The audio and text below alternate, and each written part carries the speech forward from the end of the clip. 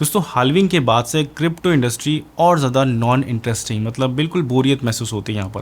Crypto के charts देखो तो धीरे धीरे वो डाउन ट्रेंड की तरफ जा रहे हैं, थोड़ा सा अप ट्रेंड लेते हैं, डाउन ट्रेंड ज़्यादा जाते हैं। मार्केट में जो हमारे अल्ट कॉइन जो होल्डिंग है सिर्फ वही छोड़ के बाकी सब बढ़ रहा है। मतलब क्रिप्टो इंडस्ट्री में जो आज की सिचुएशन है वो थोड़ी सी बोरिंग ज़्यादा है, मतलब इंटरेस्ट लोग लूज़ कर रहे हैं।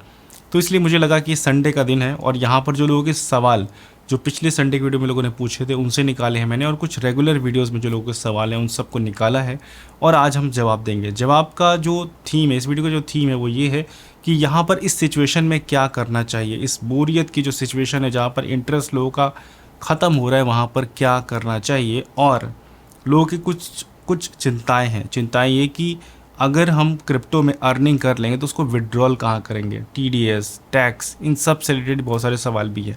तो इन सारे सवालों को कोशिश करेंगे हम लोग जवाब देना।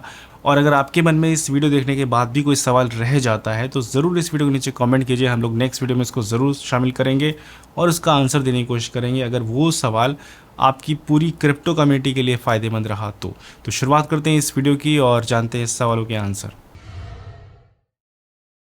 दोस्तों क्रिप्टो इंडस्ट्री में जब से 30% टैक्स आया है और 1% टीडीएस है तब से कन्फ्यूजन बहुत ज़्यादा बढ़ गई है। और इस कन्फ्यूजन को हम लोग जब तक पूरा सॉल्व नहीं करेंगे तब तक आप चिंता मत करिए, हम लोग उसको पीछा नहीं छोड़ेंगे, भले इसके लिए मतलब कितनी बार भी एक ही चीज़ को समझाना पड़े। तो यहाँ पर सवाल एक आया है, उसमें ये कहना है कि 30% टैक्स तो क्रिप्टो पर है पर फ्यूचर ट्रेड पर कैसे नहीं, क्योंकि हम लोग ट्रेडिंग तो एक्चुअल में फ्यूचर ट्रेड पर ही कर रहे हैं।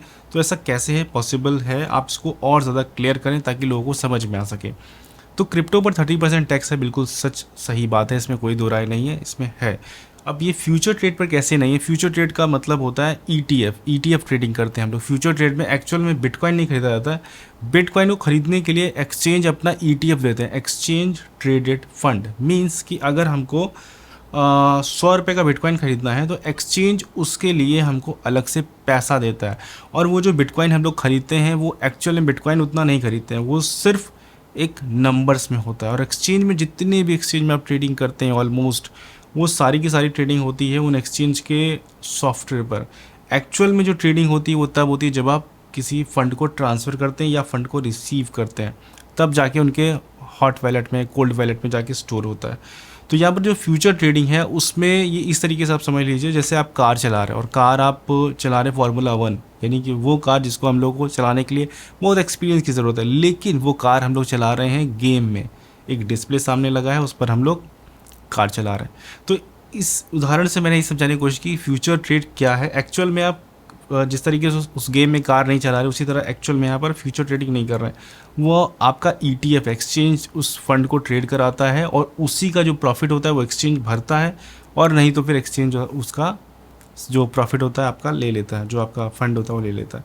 नेक्स्ट सवाल है बिटकॉइन होल्ड करने के लिए कॉस्ट है ट्रस्ट वैलेट पर। क्या कॉस्ट है ट्रस्ट वैलेट पर? कोई कॉस्ट नहीं है, किसी भी क्रिप्टो का जो डेक्सेस है उस पर कोई कॉस्ट नहीं है। कुछ एक बदतमीज़ एक्सचेंज है वो ले लेते हैं, लेकिन ज़्यादातर एक्सचेंजेस पर कोई होल्डिंग का नहीं है। नेक्स्ट सवाल है अजय भाई, मेरे ट्रस्ट वैलेट में 5 लाख लूना सी स्टेक था, उसको आपने अनस्टेक किया, लेकिन अब जब आप ट्रांसफ़र करें तो वहाँ पर फंड ज़ीरो दिख रहा है।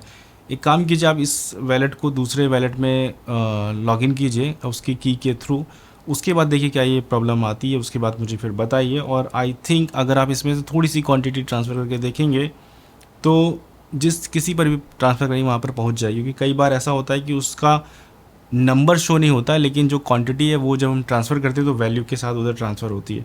नेक्स्ट सवाल है त्रिपुरा से आया है और आपका पूछना ये है कि अगर आपने इंडियन एक्सचेंज पर ट्रेडिंग किया है और उसके बाद आपने वो इंडियन एक्सचेंज का फ़ंड किसी डेस्क पर पहुंचा दिया है, वहां से ट्रेडिंग किया है, और हो सकता है आपका वो जो फ़ंड है वो किसी दूसरे ने ले लिया, आपको कैश दे दिया हो, तो इंडियन गवर्नमेंट को कैसे पता चलेगा? या फिर जो आपको कैश आउट करना है वो वापस इंडियन एक्सचेंज पर लाना पड़ेगा, कैसे विड्रॉल करेंगे? मतलब लोगों का सबसे बड़ा कन्फ्यूजन मेरे ख्याल से यही है कि चलो ठीक है मैं क्रिप्टो में ट्रेडिंग कर रहा हूँ, प्रॉफिट भी कर लूँगा जैसे तैसे, लेकिन विड्रॉल के समय क्या होगा?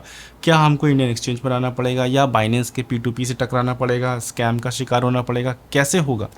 तो मेरे ख्याल से जो आपका सवाल है, इंडियन एक्सचेंज से डेक्स पर जैसे ही जाएंगे आपका TDS कट जाएगा। अब जो बाइंग है वो गवर्नमेंट के पास जा चुकी है, उसके बाद जो भी अमाउंट आपका बैंक में हिट होगा उसी को गवर्नमेंट मान लेगी कि हाँ इन्होंने इतना जमा किया था और इतना इन्होंने विड्रॉल किया, तो बस इस पर टैक्स बनेगा। मतलब एक ऑन रिकॉर्ड जो चीज़ें हैं। बाकी अनऑफिशियल जो चीज़ें हो रही हैं मेरे ख्याल से उस पर आप मत जाइए, या तो सीधे इंटरनेशनल पर ही रहिए या तो फिर इंडियन एक्सचेंज पर ही रहिए, क्योंकि यहाँ पर दो दो जगह जंप करने से थोड़ी सी प्रॉब्लम बढ़ सकती है। और बाकी विड्रॉल की रही बात, तो विड्रॉल के लिए बिल्कुल टेंशन नहीं लेनी है, सिर्फ ट्रेडिंग कीजिए और अपना फंड यूएसडीटी में कन्वर्ट करके रखिए। तब जब बिटकॉइन से हम लोग इस पूरे बुल रन को सरवाइव कर चुके हों, इस पूरे बुल रन का एंजॉय ले चुके हों, तब सोचना है। अभी फ़िलहाल बाइंग और ट्रेडिंग यही सारा सोचना है। विड्रॉल के लिए सिर्फ आप यूएसडीटी में कन्वर्ट कर लें, उसके बाद ऑप्शन बहुत सारे हैं, विड्रॉल हो जाएगा। उस समय तक आपके सामने हो सकता है कोई ऐसा ऑप्शन टकरा जाए जिससे आप विड्रॉल कर सकते हो। और इन सब के बाद टैक्स भी देना है, कोई ऐसा नहीं, अगर आप एलिजिबल होते हैं, उस क्राइटेरिया को फुलफ़िल करते हैं तो नेक्स्ट सवाल है, सर क्या शिबा इनू 2021 जैसा फिर से रिटर्न दे सकता है क्या? देखिए, Shiba Inu community based token है और जब इनका एक समय आता है तो मतलब ये आउट ऑफ कंट्रोल चलने लगते हैं। तो इनको अगर डाउन प्राइस पर आपको बाइंग पे कभी मिलता है तो उसको उस समय बाइंग कीजिए। उस समय नहीं, जब ये पंप कर चुका हो, उस समय अगर पंप बाय करेंगे तो आपको सिर्फ रोने के अलावा कुछ नहीं मिलेगा। इंतज़ार करेंगे लंबा, तो जब डाउन पर हो तब बाय कीजिए, उसके बाद कुछ दिन होल्ड कीजिए, कम्युनिटी इसको वापस से ट्रेंड में लेके आएगी, प्राइस बढ़ेगा, बेच दीजिए, फिर अपना दूसरा कुछ और खरीदिए। नेक्स्ट सवाल साइबर क्राइम से रिलेटेड है और इनका कहना है कि किसी ने आपके अकाउंट में 3000 डाल दिया और उसके बाद आपका अकाउंट ब्लॉक करवा दिया। तो देखिए, ये प्रॉब्लम सबके साथ आ रही है। एक लोग तो ऐसे भी जिनके इनका 5 अकाउंट ब्लॉक हुए, फ्रीज़ हुए पड़े हुए हैं। तो मैं ये यहाँ से यही कहूँगा कि देखिए, क्रिप्टो में अभी आप वही फ़ंड डालिए जिसको आपको विड्रॉल आने वाले 2 4 6 7 महीने 1 साल तक में नहीं करना है। क्योंकि सपोज़ कीजिए मेरे पास टोटल 20,000 रुपया है और हमने उसमें से 19,000 डाल दिया है, तो हमको तो खुजली होगी कि निकालें कैसे निकालें और अपना दूसरा काम कैसे चलाएं। ऐसा नहीं करना है। एक बार डाल दिया, रिलैक्स वहाँ पर ट्रेडिंग करो, तब निकालो कि जब हाँ आपका सारा समेटना हो पोर्टफोलियो, तब निकाले। अभी बीच बीच में निकालने पर तो ये साइबर क्राइम वालों को, साइबर क्राइम मतलब ये जो स्कैमर है उनको, साइबर क्राइम तो एक अलग सीन है, यहाँ पर जो स्कैमर है उनको बार बार मौका मिल रहा है। तो मेरे ख्याल से ये मौका आप खुद रोक सकते हैं। अब जिन लोगों को हम जानते हैं जो समझदारी से ट्रेड करते हैं, उनके साथ ऐसी सिचुएशन नहीं आती है। ऐसी सिचुएशन उन्हीं के साथ आती है, उनका पूरा बैंक बैलेंस ही एक लिमिटेड है और उन्होंने 80-95% पोर्टफोलियो डाल दिया है पैसा। उसके बाद उनको ज़रूरत पड़ रही छोटी छोटी, तो वो निकाल रहे हैं 2,000 3,000 5,000 10,000, तो वो बार बार डिस्टर्ब हो रहा है। मेरे ख्याल से थोड़ा सा ऐसे ही पैसा डालें जिसको आपको बार बार टच ना करना पड़े, बार बार विड्रॉल ना करना पड़े। और विड्रॉल के लिए थोड़ा सा ढूंढिए, बहुत सारे ऑप्शन हैं जिसमें आराम से आप विड्रॉल कर सकते हैं बिना इस जैसे स्कैम के आसपास भटके। मतलब स्कैम से बच के भी आप आराम से निकल सकते हैं। और हम इंतज़ार कर रहे हैं तब तक कोई ऑफिशियली कोई अच्छा रास्ता निकल आए जिसको कि आपको बताएं। और नहीं तो बहुत सारे और ऑप्शन हैं जिनको हम लोग आने वाले समय में शेयर कर देंगे, तब जब बहुत ज़्यादा ज़रूरत होगी। तो फिलहाल अभी जल्दीबाजी में कोई ऐसा पैसा मत ऐड कीजिए जिसको आपको आने वाले 10-15 दिन के अंदर, 20 दिन निकालना पड़े। मतलब ऐसा झंझट वाला काम मत कीजिए। कोई भी लोग ऐसा डालिए पैसा कि बस हाँ अब मैं रिलैक्स हूँ, जब पूरा फुल फ्लैज अपना विड्रॉल करना होगा तब करेंगे। और उस समय तक का कोई ना कोई, मुझे पता है, ऑफिशियल रास्ता निकल आएगा जिससे कि आप आराम से यूजिटी सेल कर पाएंगे। नेक्स्ट सवाल है, मैं अपना कॉइन अपने बेटे को ट्रांसफ़र कर सकता हूँ या नहीं? बिल्कुल कर सकते हैं।